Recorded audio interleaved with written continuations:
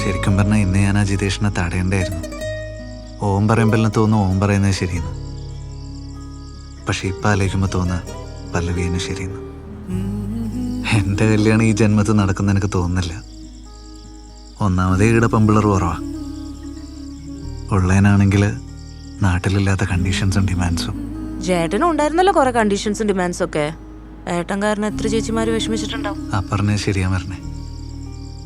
ഞാൻ ഒരുപാട് പെമ്പിളറെ വിഷമിപ്പിച്ചിട്ടുണ്ട്. ഓരെല്ലാം ശാപം ചിലപ്പോൾ ഉണ്ടാവും അല്ലേ എനിക്ക്. ചത്ത ഏട്ടാ എണീറ്റാ എണീക്ക്.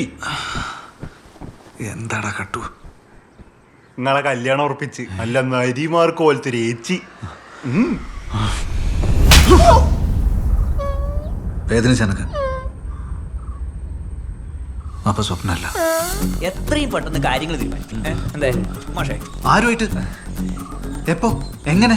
എന്റെ അച്ഛൻ വടക്കേലെ നാറാണങ്ങാൻ ചെന്ന പെണ്ണുമായിട്ട്. എടാ അച്ഛൻ മരിക്കുന്നതിന് ഒരാഴ്ച മുമ്പ് നീയും അച്ഛനും കൂടി തൃക്കരി പോലെ ഒരു പെണ്ണാണാൻ പോയത് ഓർമ്മയുണ്ട് എനിക്ക്. ഏതൊരു ദൂരം ജാസ്തി ആയിട്ട് ഒഴിവാക്കിയ മാഷേ. ഓളെ ഞാൻ കണ്ടടാ അങ്ങ് തിരുനെല്ലിയിൽ വെച്ചിട്ട്. അച്ഛന്റെ ചിതാഭസ്മ നിമഞ്ജനം കഴിഞ്ഞ് തിരുനെല്ലിപ്പുഴയിൽ ഞാൻ നേരെ മുങ്ങി നേരുമ്പോ നേരെ മുമ്പിൽ നിൽക്കുന്ന പെണ്ണിന്റെ വീട്ടുകാരും ഞാൻ എല്ലാം പറഞ്ഞ് സെറ്റാക്കിയിട്ടുണ്ട്. ആ വടക്കേലെ നാരായണൻ ലെജൻഡ് ആണറാ ലെജൻഡ്. അച്ഛന്റെ ചിതാഭസ്മം തിരുനെല്ലിപ്പുഴയിൽ ഒഴുകി പരന്നില്ലാണ്ടാവുന്നതിന് മുമ്പേ എന്റെ കാര്യം ശരിയാക്കിയിട്ടാണ് ഓറ് പോയത്. അച്ഛാ അങ്ങനെയാണെങ്കിൽ നമുക്കൊന്ന് കുട്ടീനെ ഒന്ന് പോയി കാണണ്ടേ? ഇനിയിപ്പോ അതൊന്നും വേണ്ടാന്ന്. എത്രയും പെട്ടെന്ന് ബാക്കിയുള്ള കാര്യങ്ങൾ നോക്കാന്നല്ലാണ്ട് പറഞ്ഞു പറഞ്ഞ രാഘവന്റെ 70 എത്താനായി. എനിക്ക് ആ കുട്ടിയോടൊന്ന് സംസാരിക്കണം. പരസ്പരം അറിയാണ്ട് സംസാരിക്കാണ്ട് എങ്ങനെയാ? അത് ശരിയാ അച്ഛാ. ഉണ്ടായിരിക്കാണ്. നീ ആ ഗോപികയുടെ അടുത്ത് സംസാരിക്കാൻ പോയ ക്ഷീണം തന്നെ ഇതുവരെ മാറിയിട്ടില്ല. കല്യാണത്തിന് മുമ്പ് നീ വീടിന്റെ പടി ഇറങ്ങി നിറഞ്ഞ അതിന്റെ കാലിന്റെ മുട്ടിന്റെ ചിരട്ട ചാട്ടിക്കളി. അറ്റാക്ക് ഒന്ന് കഴിഞ്ഞാൽ നിങ്ങൾക്ക് ആ ഒരു ബോധം വേണ്ടേ? ഒന്ന് മനസ്സിലാക്കാം. എടാ നീ എന്തിനാ ഈ മനസ്സിലാക്കണം എന്ന് പറയുന്നത്? എടാ ഓളപ്പുരം പോയിട്ട് ഒരു കാപ്പിയും കുടിച്ച് 2 മണിക്കൂർ സംസാരിച്ച് ഓളങ്ങ് മനസ്സിലാക്കാൻ പറ്റുന്ന? എടാ പഴയ ഒരു പാട്ടുണ്ട്, ഒരു നിമിഷം തരൂ നിന്നിൽ അലിയാൻ, ഒരു യുഗം തരൂ നിന്നെ അറിയാൻ. എൻ്റെ പൊന്നു മോനെ ജയ്ഷെ, എത്ര യുഗം കിട്ടിയാലും ഈറ്റിങ്ങളൊന്നും ഒരു മനസ്സിലാക്കാൻ പറ്റില്ല.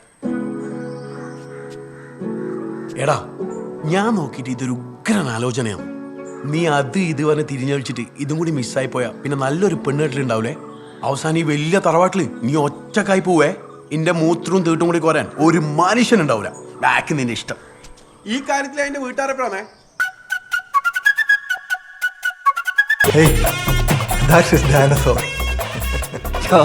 മലയാളി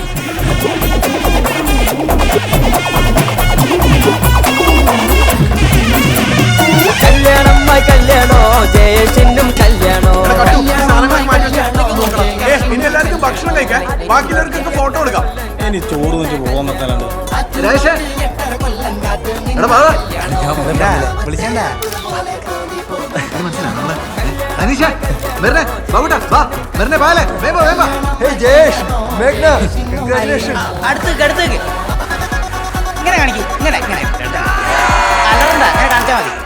എന്നാലും എനിക്ക് അതെല്ലാം പറഞ്ഞേ. വീണ് കിട്ടിയതാണെങ്കിലും ഓനോന്റെ ടൈപ്പിൽ ഒരുക്കിയത് തന്നെ കിട്ടിയല്ലോ എന്ന് ആലോചിക്കും. എന്റെ അനീഷേട്ടാ നമ്മുടെ ജയേഷന്റെ ജാതകം ഉണ്ടല്ലോ, ഒരു ജാതി ജാതക.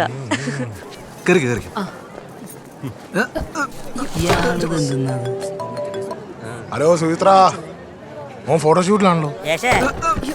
കുഞ്ഞുമോളെ ഉരുട്ടിടലെങ്ങായി. ഒറ്റക്കിരിക്കുമ്പോൾ പ്രശ്നമില്ല, ഇവളും കൂടി ഇരിക്കുമ്പോൾ ബാലൻസ് ചെയ്യാൻ പറ്റുന്നില്ല. ജയശേട്ടനൊന്നും ഇറങ്ങി, ഞാൻ കാണിച്ചിരുന്ന പരിപാടി ഒന്നിറങ്ങിയേ. അടുത്ത് പിടിച്ചാ പരിപാടി, സിമ്പിൾ പരിപാടി ഉള്ളത് കാണിച്ചുതരാം.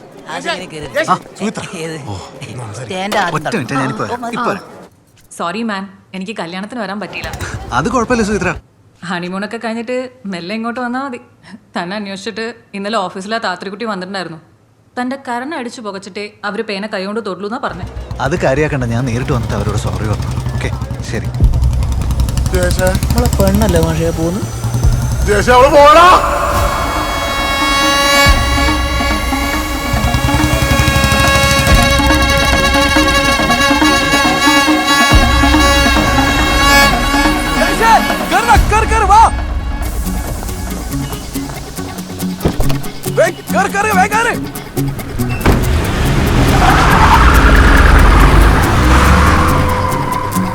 ചെക്കൻ കൂട്ടനായാലും ഇങ്ങനെയാ.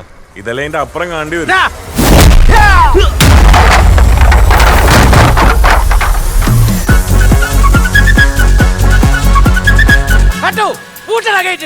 ബാബു ഇനി ഒന്നും നോക്കണ്ട, ടച്ച് കാലെടുക്കല്ല. പെണ്ണ് വീട്ടുകാർ ഒറ്റ എടുത്ത് ജീവനോടെ പുറത്തു പോകാൻ പാടില്ല.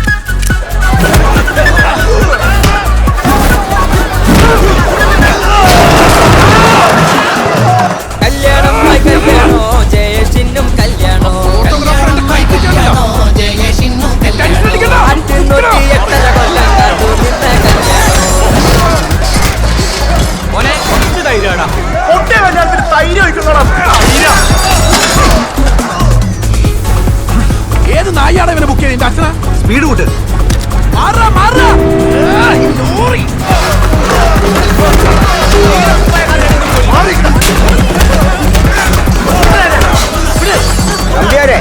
നിങ്ങൾ ഓന് പെണ്ണിനല്ല നോക്കണ്ടേ, വല്ല ആമ്പിളര് കിട്ടുമോ നോക്കും.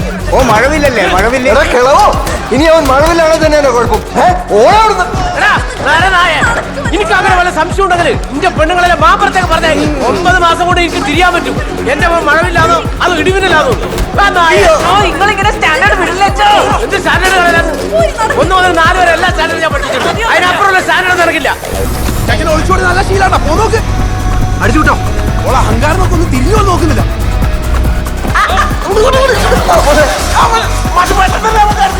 കള്ള പഠിക്കണേ. എന്റെ മോന്റെ ജാതകത്തില് ഉമാമഹേശ്വരന്മാരെ കണ്ട് എനിക്ക് പെണ്ണ് ഒളിച്ചോടി പോന്ന് കണ്ടെത്താൻ പറ്റില്ലടാ. ഇല്ലടാ നാരനായെ, ഇതല്ലൊരു കണക്കൂട്ടല്ല. പറയടാ, 6, 60, 16, 24 എത്ര? പറയടാ.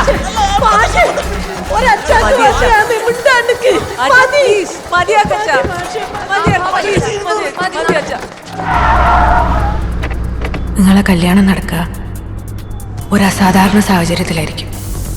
ഒരുപാട് അപമാനങ്ങളും അവഹേളനങ്ങളും ഒക്കെ സഹിക്കേണ്ടി വരും. നിങ്ങൾ കാരണം ഇവിടെ കലാപങ്ങൾ വരെ ഉണ്ടാവാൻ സാധ്യതയുണ്ട്.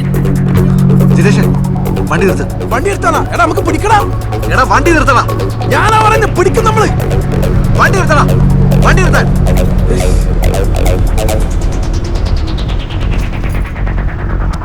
എടുത്തോട്ട് തിരിക്കും. എടുത്തോട്ടാ. ഓരോ അങ്ങോട്ടല്ലേ പോയെ? ഇടത്തോട്ട് തിരിക്കാൻ. ഇന്റെ ഒരു കാര്യം.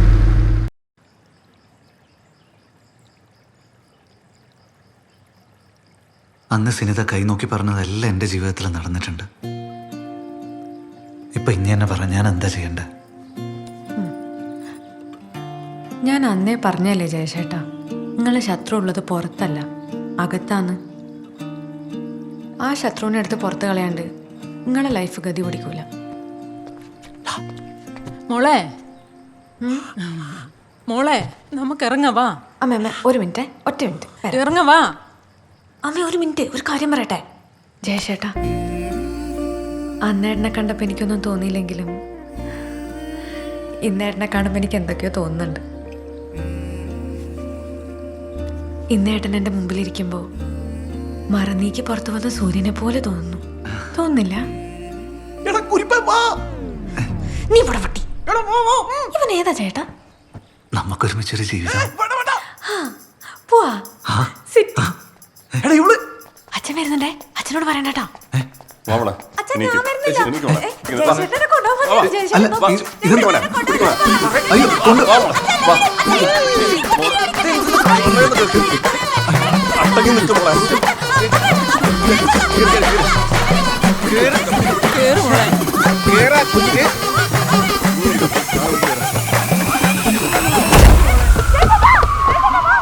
എടാ ഇവക്ക് പേരാന്താടാ മുഴുവട്ട്.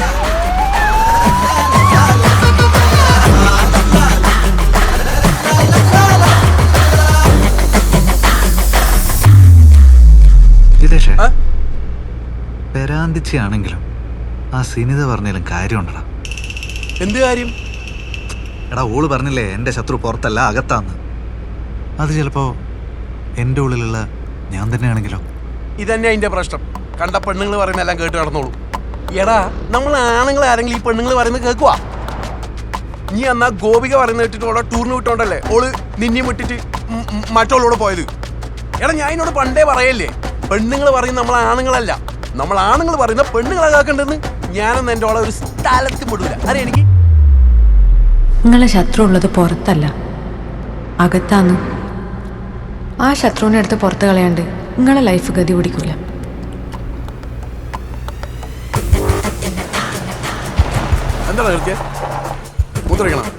വണ്ടി തന്നെ എനിക്ക് എന്തെന്നാടാ ആ പെണ്ണിന്റെ പെരാന്തളിക്ക ഓള് കൈ പിടിച്ചേർത്താ എനിക്ക് തോന്നിനി. മിണ്ടാണ്ടിരുന്നോളണം.